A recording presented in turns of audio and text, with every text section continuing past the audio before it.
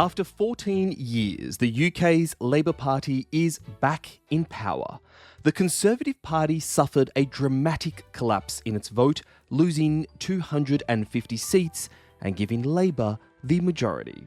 So, what happened and what comes next? That's our topic this week. I'm Erdem Koch. And I'm Ozan Ibrisim. Welcome to Put Simply. And welcome to this episode of Put Simply, where we're chatting all things UK politics, an incredible result for Labour and a humiliating one for the Conservatives. The pollsters got it just about right, but it was on the backdrop of the lowest voter turnout since the 19th century. So what does this all mean? And what are the implications across the UK for the Conservatives, for Labour, and for the next few years? Our guest this week is Rodney McCune. Rodney is a public affairs and communications professional who has advised governments and companies across Europe, Middle East, and Southeast Asia. He's our guest this week here on Put Simply. Welcome back to Put Simply, Rodney. Great to have you with us to dig deeper into what is a historic election result coming out of the UK late last week. Before we get started, could you remind our listeners who you are and what it is that you do?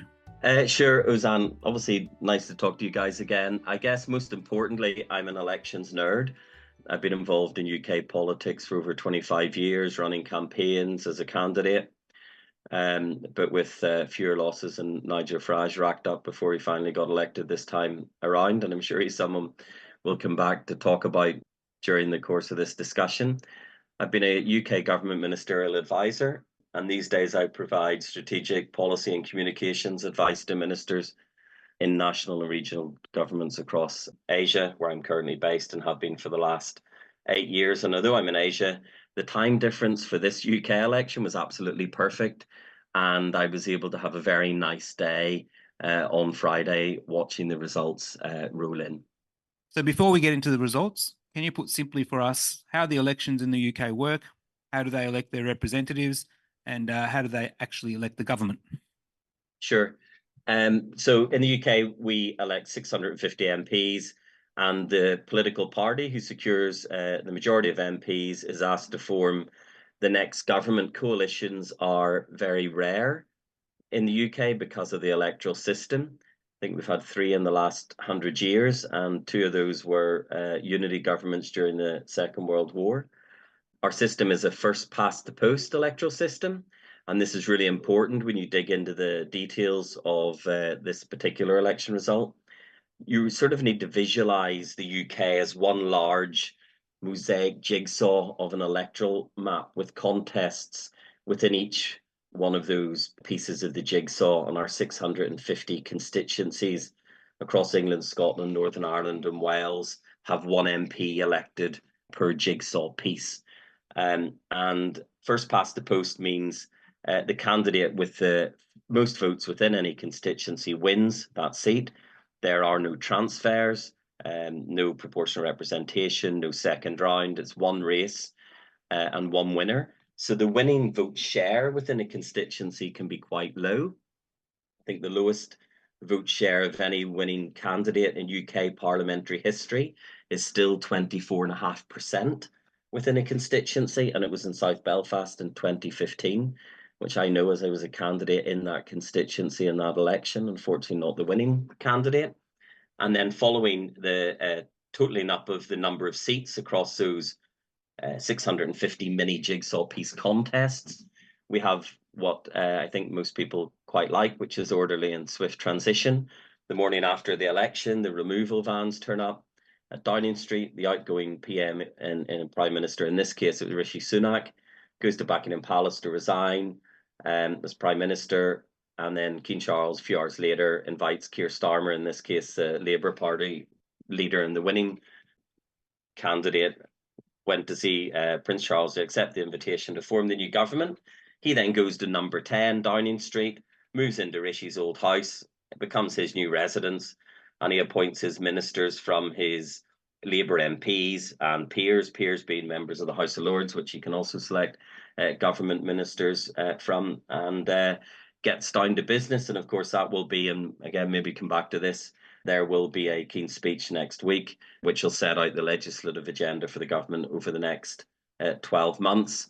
Parliament will be recalled following that, and then they will go on recess, but that will probably not be now until late July, so they look active. I think we would all agree that the worst thing that could happen for a new government is to recall Parliament, go into recess, and look like they've just gone on holiday after the election. Let's look at the results now, Rodney. A historic and convincing win for the Labor Party after 14 years of Conservative rule. While it wasn't a huge surprise, the polls had been suggesting, of course, a landslide for months. Can you explain to us what happened? Why did the Conservatives lose so badly? And why did Labor win so incredibly? So if you look at the data, Labour got 412 of the 650 seats. So it's 63% of the seats with only 34% of the national vote share. The Conservatives are on 121 seats with 19% of the vote. And the Liberal Democrats, which is the third party in UK politics, got a remarkable 72 seats. And they were up from 9 seats in 2019. It's their best result in a century, even going back through the old Liberal Party. But again, on pretty modest vote share. The landslide part is the Labour majority, which is 174 seats, which is just shy of the Blair majority in 97. But it's the electoral system that delivers that particular type of outcome from a smaller vote share.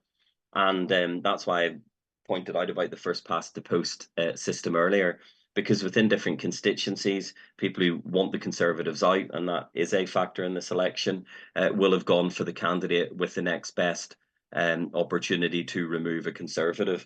And that's why we see the Lib Dems doing particularly well in certain areas of the country where they had previously been in second place in certain seats. But if we look more broadly, there are three factors. One is the government and their record. They've been in power for 14 years and 5 prime ministers: Cameron, May, Johnson, Truss, and then Sunak.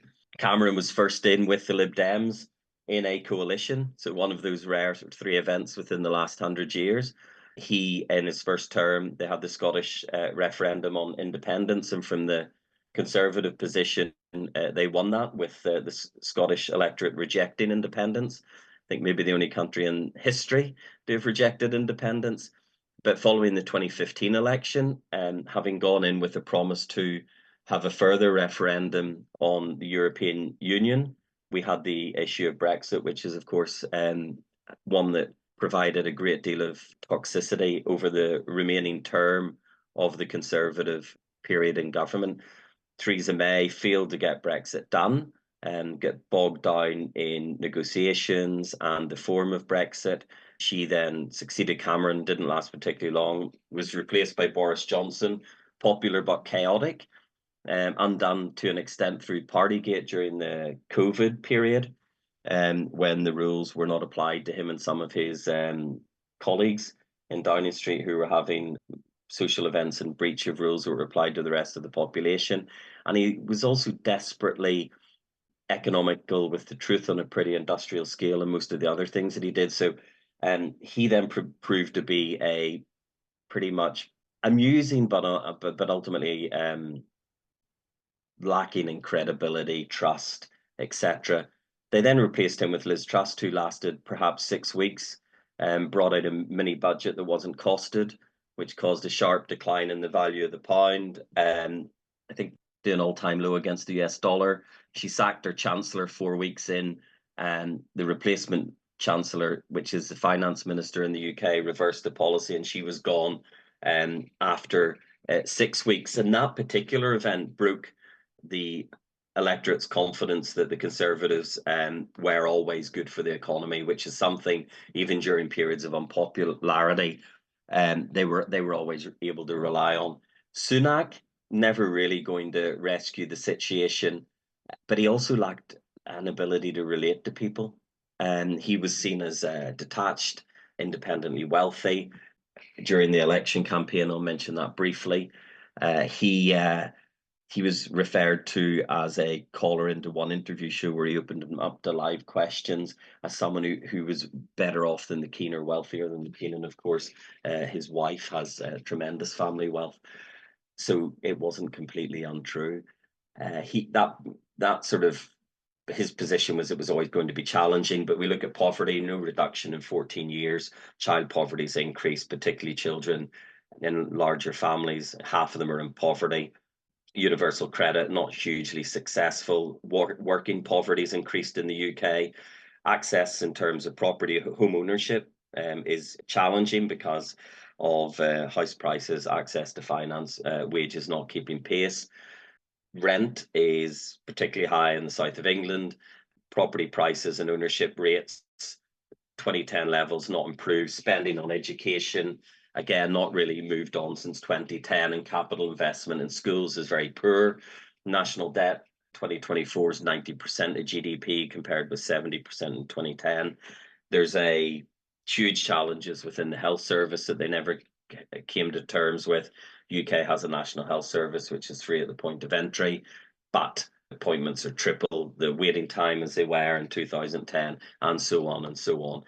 And then even within their own base, despite the challenges around Brexit, they also were perceived to have failed on immigration, which is something which the Tories were expected to make progress on and tackle. And although it's not the biggest issue in terms of the electorate, it is one of the top 2 or 3 issues with older people, many of whom who are traditionally conservative voters. So they had very few successes. They had some successes around renewable energy and progress from the shift to renewable energy, but overall, on a lot of areas, health, education, the economy, the Conservatives weren't seen ultimately to have been particularly successful. And then we had the campaign.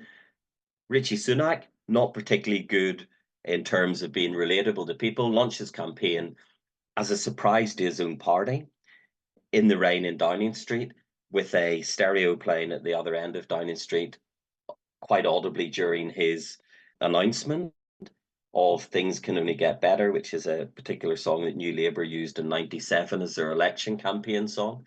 He then went into national service and a raft of other announcements during the campaign, which begged the question, you've been in power 14 years, why haven't you done any of this before? He was asked about, on the relatability point and how he understands the experience of people, what he missed out on as a child, and he came up with Sky Television, which was derided by the media and public. He left the D-Day celebrations or commemorations early to go back to ITV to do an interview where he in fact mentioned that Sky issue, and he was viewed to have caused great offence to those who served in the armed forces, in particular those during World War II, and he never recovered credibility on that. That certainly played into the hands of people like Farage and Reform. He had a gambling scandal during the campaign where at least one of his candidates and campaign manager of part of the national campaign, who was the spouse or the partner of that particular candidate, had both placed bets on the date of the election.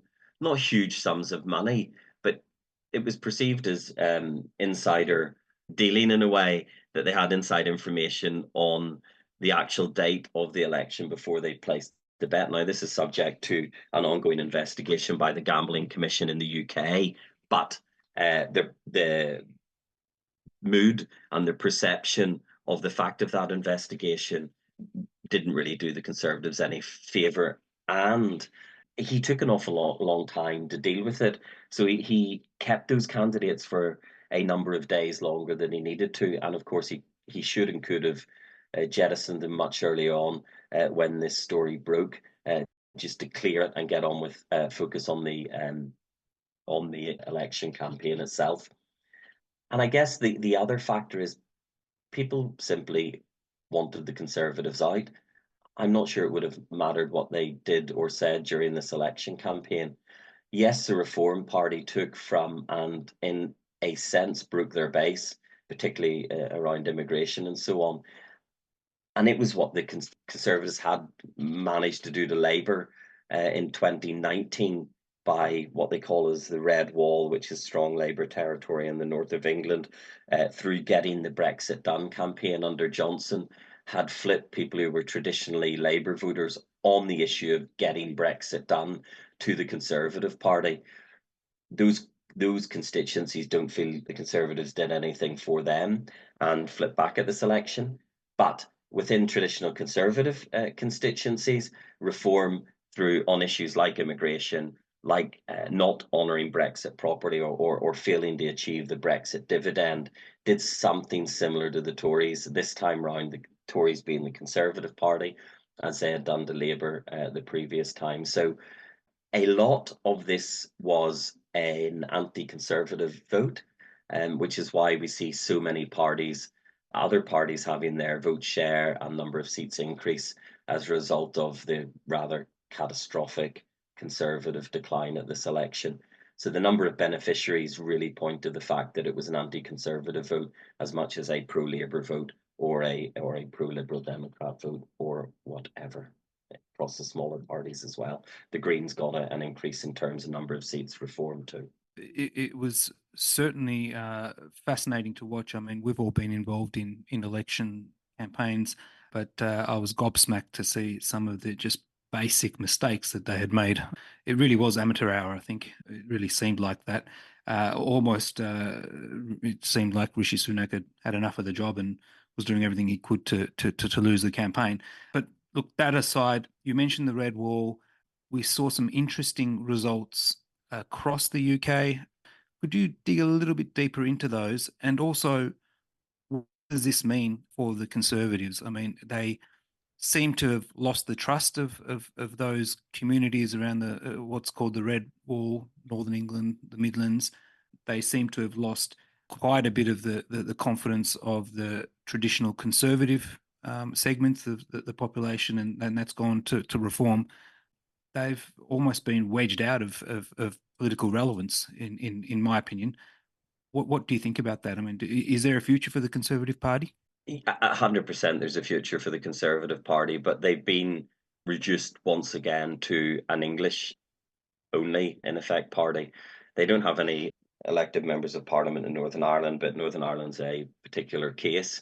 But even in Scotland, you look at Labour, this is where Labour had probably their greatest success in terms of increase in points. They're up 17 points, largely at the expense of the Scottish National Party, which went from 39 seats to 9 seats. That's as spectacular, if not more spectacular, than the collapse of the Conservative Party at this election, where Labour were up from one, I think, seat to about 36, 37 seats. And there's no real challenge from the Reform Party in Scotland, which is an interesting feature as well. So Scotland, we see huge return to Labour, primarily driven by Labour being the vehicle to get the Conservatives out. People departing the Scottish National Party going to Labour. There was slight gains for the Liberal Democrats. Labour have gone up in Wales from 9 to 27 seats. Conservatives have been wiped out, and that's why I say they're really back to being an English-only party. But even within England, the movement of the seats from Conservative to Labour, very clear in the north, very clear in London. But the south, slightly different picture, because in the south we see the loss of Conservative seats being evenly distributed between Labour and the Liberal Democrats. The real challenge for the Conservative Party is, what does it do next? Now, in part, the next leader will be a big choice. The temptation for the Conservative Party will be to move to the right in order to try and reconnect with that component of their base that's moved to Reform. But in doing so, they're going to vacate the middle ground further for Labour. And ultimately, when you look back at when the Conservatives went round in a circle to come back and although it was a coalition government in 2010, but to take power back from New Labour, they did so with a centrist Conservative leader in David Cameron. Prior to that, they had a succession of leaders with William Hague and Duncan Smith, Michael Howard, and so on, who were all considered to be further to the right, and they had to go through a number of iterations of leadership in order to find themselves back in the position that they had to attract voters from the centre in order to take from New Labour. Now, the Conservatives will have to look within their 121 MPs to see who those candidates are to succeed. Sunak, who will stay on as leader, I'm guessing, or I'm presuming, until an orderly transition or leadership contest can be undertaken. But part of that discussion for the Conservatives will be, should they return the choice of leader to the parliamentary party, where they'd previously taken it from the parliamentary party and given it to the party membership, given how, I guess, it would be fair to say that the Conservative base or membership base is not really reflective of the British public at large. It's a older subset, and with a certain particular outlook, probably closer to many of the things that Reform were offering than the broader British public. So therefore, the choice of leader and the mechanism of leader will be really important. I don't see Reform as being something which is going to permanently destroy the Conservative Party. The Conservative Party has been historically the most successful party in British electoral politics, but it certainly has challenges, and what they do next will really decide how long it takes them to map out a path back into power, to rebuild trust, to rebuild confidence, and ultimately to damage the Labour Party that's now in government. The opportunities for the Conservatives are that Labour's inherited a very difficult economic situation. There's not nearly enough growth to fund many of the things that they would like to do in the early stages of the government. Maybe we'll come on to talk about that in due course. And this is really going to be a very challenging economic period for the UK. So opportunities for the Conservatives, they're certainly not finished, but they've had a really bad election. You mentioned the temptation to go towards the right. From an outside point of view, it looks like certainly the right is the dominant kind of force within the Conservatives. Is there anybody that's kind of more moderate? I mean, I don't know whether this is jokingly, but people have been throwing around names like Rory Stewart, for example, making a comeback. I think he didn't deny it on a recent podcast. But who could they look at if they want to take a more moderate kind of centre approach and a leader that reflects maybe some of those political views? So, so they're stuck with who they've had re-elected. Ultimately, the only way to get anyone else into Parliament will be through a by-election, and those come few and far between. And even when they do come, to put a leadership hopeful back into Parliament through a by-election, first you have to win it, and secondly, it's not necessarily a safe seat, even if you do win it, given that it was one held by another party prior to the particular by-election. So they've lost a number of people. Defence Secretary lost their seat, the Leader of the House lost their seat, all people who could have been leadership candidates. Jeremy Hunt, who would be from the more Cameron style side of the Conservative Party, did get re-elected, although he was under pressure in a constituency just south of London. And Suella Braverman, who would be very much of the right, as would Priti Patel, both retained their seats. So both sides have candidates. The difficulty for the Conservatives is getting a party that's on the same page and isn't divided in order to take whatever course they choose to take. But going to the right is not going to succeed. Neither of those right-wing or further right candidates that I've mentioned potentially for leadership are going to be successfully able to out Farage, for example. So I don't see that happening. There has been some discussion within some Conservative circles about how they might work with Farage, and it wouldn't be without possibility that at least a conversation's taking place within some elements of the Conservative Party about how to bring Reform closer and potentially to bring inside a broader Conservative tent. But that would mean very much movement to the right and again further vacation of the centre ground for Labour. So not the best strategy longer term for the Conservatives, but these decisions and judgments tend to happen with a lurch following a poor election result like this, where instead of reflecting on what we could have done better, i.e. the Conservatives, from their own perspective, they look to what others have done and think that that's where their problems are best solved. You mentioned Labor's ambitious agenda and how it doesn't really fit the reality bill, right? I mean, the funds just simply aren't there.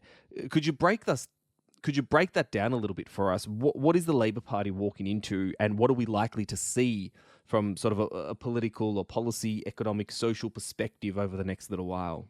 So it's interesting. They've tried to avoid big promises, and it's really been about economic stability. They won't set out their economic plans, although there is a speech today by the new Chancellor of the Exchequer, the new Finance Minister. But they'll be waiting for forecasts from the Office of Budget Responsibility. So we may have the first budget more likely sort of October, November. There is a big commitment on a Great British Energy, government-owned energy company. They're looking to fund this through a windfall tax on oil and gas. Again, this is to tackle, in part, the cost of living crisis, as it's been termed in the UK, energy prices being one particular problem. They have again circled back on non-domiciled tax avoidance issues, and they're looking to introduce some policy reform in that area.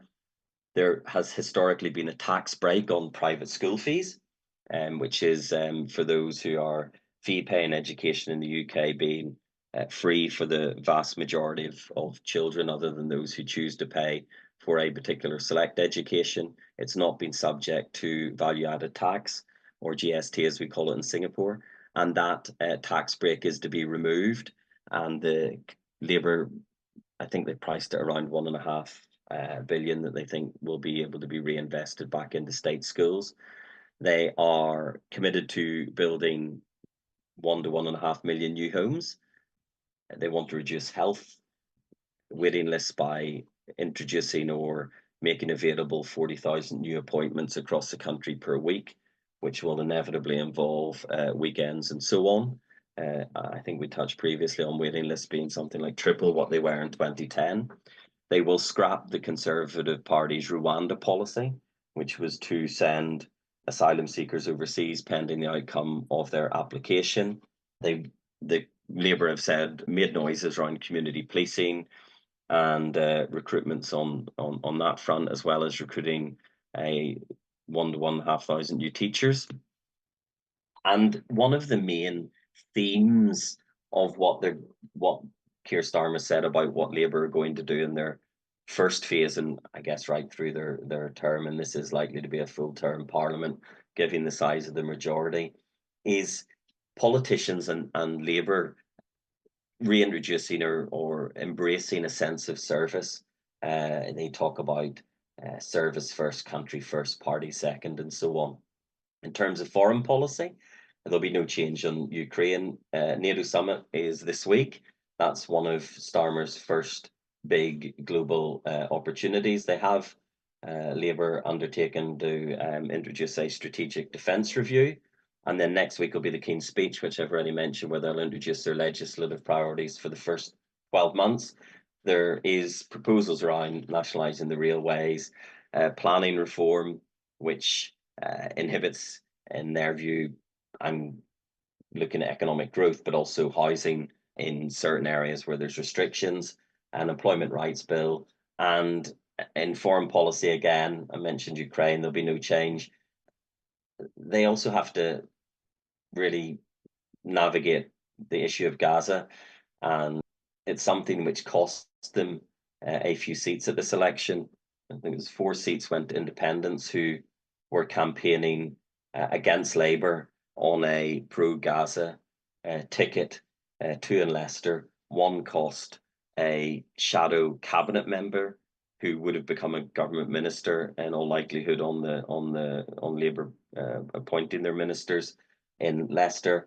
Jeremy Corbyn is an independent, of course, in Islington, and I believe 2 other candidates. So that's something, again, which is more difficult for Labour because they will have internal noise in Parliament on that particular issue, where they are seen to be not sufficiently sympathetic to the Palestinians. You mentioned Nigel Farage finally succeeding in his efforts to enter into Parliament. His Reform UK party got, I think, over 3 million votes, around 14.3% of the total vote, and they were only able to win 5 seats, which compared to the Liberal Democrats, who got around about 12% and won 70 seats. Obviously, you mentioned the UK voting system being first past the post. Obviously, this is the reason for that.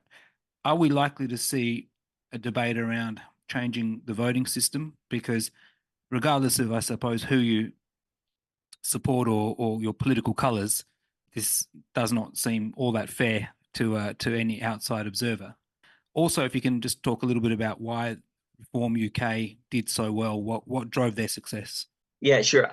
The interesting point around the electoral system and any move to a more proportional system, the UK succeeded in terms of stable government and the absence of coalitions over this past century, as I referenced at the outset. Because of the first past the post system, it tends to produce single party governments, which of course are more effective at governing on the agenda that they've gone to the electorate and sought a mandate on. In terms of coalitions, there's obviously greater scope for smaller parties with a more bespoke manifesto or agenda, getting disproportionate number of their policies introduced by virtue of a larger party needing their support, which hasn't always been the view as a positive, or been viewed as a positive in the UK. The crucial party that would have to be behind electoral reform would be the Labour Party. The Labour Party just got 63% of the votes, 63% of the seats on a 34% vote share. So really, the question is, could you persuade those members of Parliament for Labour that this would be the right time to have a proper debate on electoral reform? My sense is no. And even those who say it's really difficult for smaller parties to get a foothold under the first past the post system, an opponent of electoral reform could easily point to the success of reform in getting a number of seats, and the success of the Greens in securing 4 seats, which is their best return ever, and even the Liberal Democrats and being able to go from 9 to into the 70s as a reason why we don't necessarily need electoral reform. The success of reform at this election, yes, their vote share was high, but their seats outcome was low. But that's because of the type of campaign that they engaged in, where a party like the Liberal Democrats would be targeting all of their resource on key seats where they knew they might have an opportunity of winning. That was much more difficult for reform because their vote was spread out across the country. They hadn't necessarily tested that vote, and they couldn't go to the electorate and say, within your constituency, our party got second place last time. If you want to remove the Conservative, second place last time was the Liberal Democrats or Labour. They are best placed to defeat a Conservative at this election, and therefore, if you want a change in government, this is how you vote.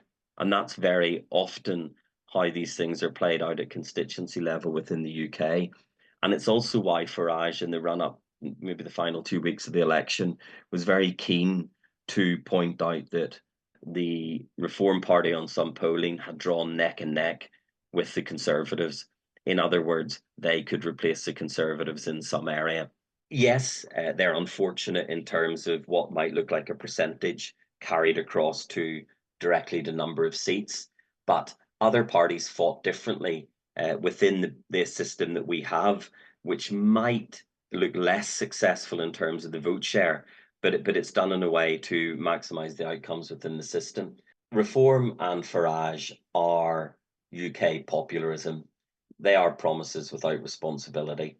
They're not afraid to test boundaries on controversial statements, in particular on immigration, and they are very keen to play on fear of crime, fear of immigration, many of those populist policies that we hear, for example, from Trump in the US, and they heavily use social media because they are keen to circumvent what might be a sense or truth filter of conventional or mainstream media. And they want to beam their play on fear and sometimes prejudice directly to those most likely to be receptive to that particular message. So they're the type of party which are more likely to succeed through social media. Social media connect these people who may think that they themselves have fringe opinions, and it gives that opinion credibility, and they can create these echo chambers and so on, where this particular populism in the UK form starts to gain momentum and so on. But they don't have this type of professional party we've seen like the Lib Dems have. One of the notable characteristics, Rodney, of the UK elections was the low voter turnout. Only 60% of eligible voters participated in the election. It's one of the lowest turnouts in British history since really the late 1800s. Why is that? And what does it mean for the major parties and the major players? So there's been some expert opinion which has said the low voter turnout was in part a stay-at-home conservatives who were cross with the government but not willing to hold their nose and vote Labour or whatever alternative the option that they may have considered. But I think there were clear other options, both in Reform and the Lib Dems and so on. And to an extent, and we'll see as greater analysis is done on this election in the coming weeks, to an extent, the fact that the outcome of the election was so clearly laid out in the polling, as you guys opened with, the polls have been very clear for a very long time. There'd been no real shift, and the outcome was, in a sense, a foregone conclusion. To what extent that has impacted on turnout is something of interest, and I'd like to see, and I haven't seen yet, some more detailed analysis of that particular issue or what the causation around that might actually be. I guess there'll be some focus groups and potentially research done on those who chose not to vote at this election and their motivation and so on. Because I don't think it's as easy to say that it was a low turnout because Conservatives stayed at home because they were cross with the government, because there were alternatives.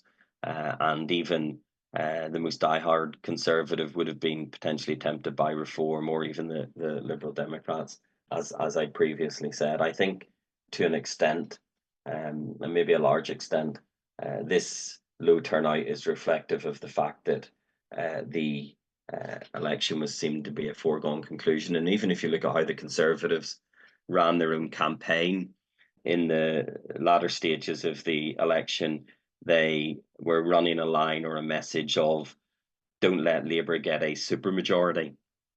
And that in itself was one, an acknowledgement that they weren't going to win. Two, by the way, there isn't such a thing as a supermajority within the UK political system, but it was one, an acknowledgement they weren't going to win, and two, really an attempt at reducing the number of Labour voters who felt they needed to go out on election day to secure that win. Because there's been some comparison with the Boris Johnson Corbyn election in 2019 and the fact that the Labour vote share was only up a couple of percentage points from that, but that was a much more polarised election where Reform weren't at play, Lib Dems weren't at play. There was those people who didn't want Boris Johnson to win that election, and there were those people who didn't want Jeremy Corbyn to win that election. And that was a polarised election with reason to go out and vote against the other, because the narrative wasn't that one was definitely going to win and it was a foregone conclusion. Well, one place where Labor supporters came out in force was, of course, the traditional heartland of Labor in Scotland. The results phenomenal for Labor, as you previously mentioned. What does this mean for the SNP? How do they come back from this, or are they going to end up being irrelevant in UK politics? So it's interesting for the SNP because with devolution in the UK, devolution meaning there's a Scottish Parliament, there's a Assembly, though it may now be called a Parliament in Wales, and there's an Assembly in Northern Ireland where there is legislative capacity. There's an elected body who and a regional government who administrate certain layers of power within that region. The SNP are still in government in Scotland, so even losing a large number of members of parliament like they have might hit them financially, because there's research funding and so on that attaches to the number of MPs any political party has, as well as staffing allowances, the ability to really serve a constituency with Rolls-Royce service, with elected people at different levels and so on. So it may impact on that, but it doesn't remove the SNP from being able to be front and centre of the minds of Scottish voters. The SNP had also suffered from scandals in recent times. You may recall that the First Minister, not the most recent, but one before that, Nicola Sturgeon, who'd been there for some time, resigned last year. Issue around her husband, who was chief executive of the SNP, loaning money to the party, some 100,000. Questions about how aware she was of this. Her successor was then Hamza Yusuf, who lasted just over a year as leader. He terminated a coalition agreement with the Green Party, which was the devolved government administration, the basis of it, and ended up facing a vote of no confidence, triggering resignation. And, you know, even after he took over last May, by June, his predecessor, Nicola Sturgeon, had been arrested and interviewed following a separate investigation, or an additional investigation, into some £600,000 of party donations. And she wasn't charged in relation to that, but her husband was charged in April this year, which again is a number of weeks before this election. And that's a police investigation, and now, you know, issue prosecution following charges also ongoing. The other thing that the SNP got themselves into some difficulty on was they invested some time and effort on trans issues. They introduced a gender recognition bill during the last term of government that was then said to conflict with UK national law in terms of equality law. The Scottish government were then going to challenge the UK national government. UK government sought to block this the regional legislation on royal assent. And then this is during Nicola Sturgeon's time, prior to her resignation in February of last year. And then the SNP found themselves supporting the placing of a convicted rapist in a women's prison, at which time the Scottish First Minister, Nicola Sturgeon, referred to the prisoner in question, or the convicted sex offender in question, with gender terminology that suited that individual, and it caused a large degree of controversy. But even then, her successor left after just over a year. The current leader, who was someone who was involved as deputy leader back at an earlier stage and not been given the opportunity to replace Sturgeon when she stood down, had only been in place a number of weeks. So for many reasons, and for, again, longevity of incumbency, the SNP were always going to face a point when they became less popular, because they haven't delivered on independence. They're delivering day-to-day government. They can't get it right all the time. They can't always blame the Conservatives in funding at a national level in terms of the Scottish component of the budget and so on. But voters in Scotland ultimately saw this as a national election and chose to vote to get the Conservatives out, and Labour to them was the most natural vehicle in order to do so. So I think the real test for the Scottish National Party is how they perform in the next Scottish election, to see whether this is a domino effect of, they lose a substantial number of MPs, which is, it was a spectacular decline in their Westminster, London, UK national parliamentary numbers, but whether that actually knocks on and Labour make further gains at the devolved level within the Scottish Parliament, that'll be the real test of how difficult the SNP's brand, or how damaged the SNP's brand has become over recent times, and what they do between now and that election in order to rebuild trust and confidence in them. One thing that this will be used as, though, the outcome nationally, is a reason not to have a further Scottish referendum in the short term on independence. Often the SNP will use these types of Westminster elections as if you want a further referendum on independence, you need to vote SNP. We need to send a signal to UK national government that it's time for a further referendum. Any argument on that line has failed miserably at this election, so I don't see a further Scottish referendum in the short term. And I think the SNP's real test in terms of what is the decline will be within the next Scottish Parliament elections. Rodney, you've done an amazing job as always to unpack all of the various different elements of these election results and what they mean. Thank you very much for your time, and we hope to get you back on and discuss all things UK politics, and we still need to talk about rugby at some point as well, women's rugby in particular. I know you're passionate and very heavily involved in that, so maybe next time we get you back for something different to elections and politics. But thank you for your time. It's been fantastic talking to you. Thanks, guys. Great to talk as always. And that's been this week's episode of Put Simply. Be sure to follow us on LinkedIn at Oroka Group to stay up to date with all the latest episodes and news. Feel free to leave a comment and suggestions on what you'd like to see featured on the podcast as well. Until next time, I'm Erdem Koch. And I'm Ozan Ibrisim. Thanks for listening.